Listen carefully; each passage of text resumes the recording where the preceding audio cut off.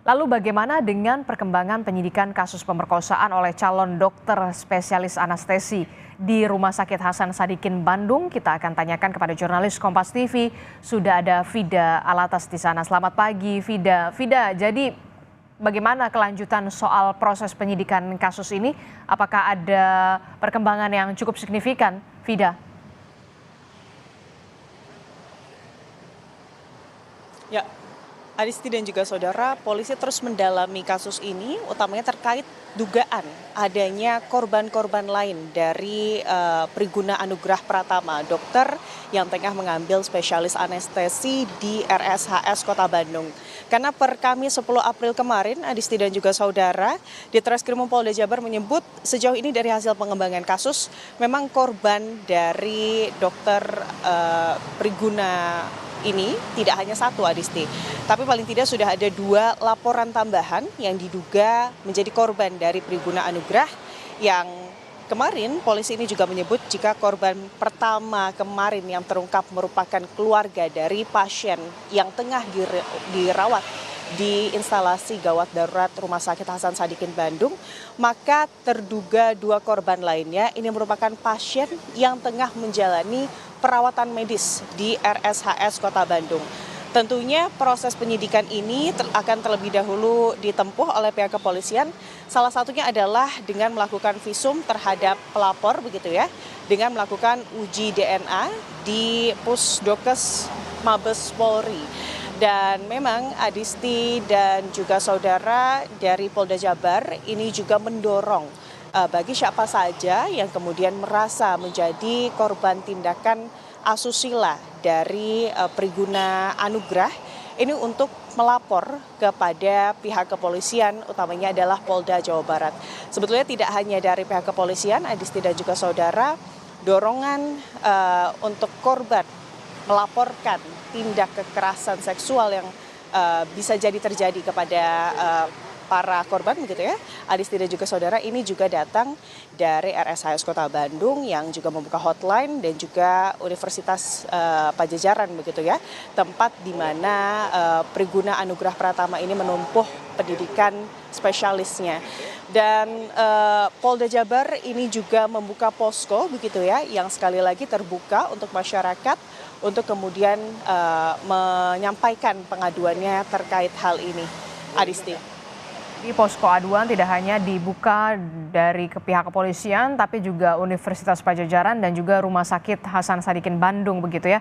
Kalau kita lihat, ini kan TKP-nya, lokasinya ada di Rumah Sakit Hasan Sadikin, termasuk apakah juga pihak kepolisian akan membuka kemungkinan adanya dugaan kelalaian dengan memeriksa dari pihak rumah sakit, karena TKP-nya juga di Rumah Sakit Hasan Sadikin, termasuk juga soal mekanisme pengeluaran obat bius yang nantinya akan digunakan oleh dokter di sana, Vida. Sejauh ini tentunya itu yang diharapkan, begitu ya, oleh utamanya dalam masyarakat ya, terkait bagaimana kemudian keamanan dari Rumah Sakit Hasan Sadikin Bandung terkait atau pasca terjadinya kasus tindakan asusila oleh dokter pendidikan, begitu ya, dokter peserta pendidikan di rumah sakit tersebut. Tapi memang kalau dari pihak RSHS sendiri ini juga menyebutkan kemarin dalam konferensi pers penetapan tersangka Priguna Anugrah, begitu ya, Adisti dan juga saudara, bahwa sudah ada SOP sebetulnya yang telah ditetapkan oleh RSHS Kota Bandung terkait pelaksanaan PPDS atau pelaksanaan pendidikan dokter spesialis yang kemudian ditempuh oleh peserta didik di sana. Tentunya RSHS Bandung ini juga menyebutkan bahwa dalam proses dokter PPDS yang berjaga di instalasi gawat darurat ini juga sudah terjadwalkan. Namun memang RSHS menyebut bahwa yang bersangkutan atau tersangka ini menyalahkan SOP. Kalau kita lihat kilas balik, Adisti dan juga saudara, berdasarkan keterangan yang diberikan oleh pihak kepolisian, Priguna Anugrah ini melakukan aksinya, begitu ya, dengan membujuk korban, gitu ya. Modusnya ini adalah untuk mengambil darah pada saat itu ayah dari korban ini tengah dalam keadaan kritis dirawat di instalasi gawat darurat begitu ya. Dan Briguna Anugrah ini meminta korban untuk kemudian melakukan tes darah atau pengambilan darah. Dan dari situ Adisti dan juga saudara, korban ini dibawa ke lantai 7 RSHS Kota Bandung yang dibawa ke salah satu ruangan yang memang belum beroperasi, Adisti. Dan di situ tersangka ini kemudian menyuntikkan tangan korban di sebelah kanan dan juga di sebelah kiri begitu ya.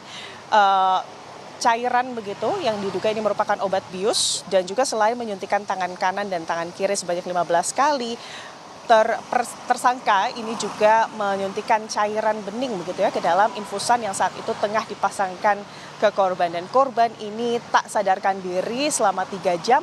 Usai kemudian 3 jam korban ini sadarkan diri, tersangka ini membawa korban kembali kepada keluarganya.